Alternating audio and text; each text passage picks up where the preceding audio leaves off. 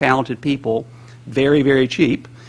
We needed to recognize some changes in society, but we needed to make sure that we provided that we needed to invest. We knew what we needed to do.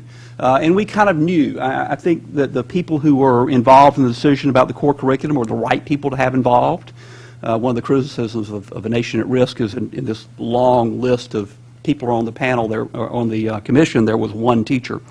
But it does appear that there were a couple of principals.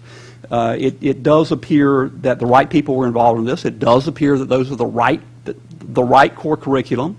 But we've known this for a long time, and we know that that our kids, we want kids from Arkansas or Roxborough, a rural town in my district, to be able to go to MIT and have an education that realistically they're not going to be on the same footing that somebody who went to Andover is going to have, but they're going to have a chance. We know what they need to come out of school knowing how to do, and we keep, you know, it continues. Ms. Daggett mentioned Rise Above a Gathering Storm, the commission report of the Competitiveness Commission, also called the Augustine Commission after Norm Augustine, who was head of it, the chair of that commission, who was the former CEO of Martin Marietta? Lockheed Martin, there you go. That's talked about the need for science, technology education, math, STEM education, which we know we need.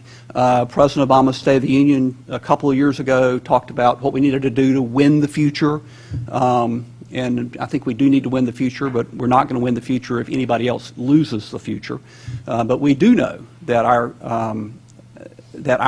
economic future is not going to be low-skilled jobs and labor-intensive industries. We really do need to have a very skilled workforce with the base of skills and the base of knowledge that's going to make it possible for them to learn new skills and new bodies of knowledge throughout their lifetime.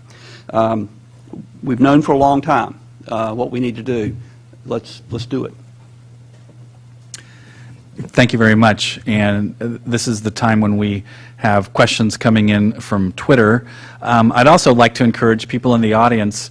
I love technology, but the technology of raising your hand and using your voice is perfectly acceptable here. So if there are questions or comments, please just raise your hand and identify who you're with, and we'll go with that. So I'm going to start in the room before going with some tweets. So the lady right there, then I'll get to you second. But please identify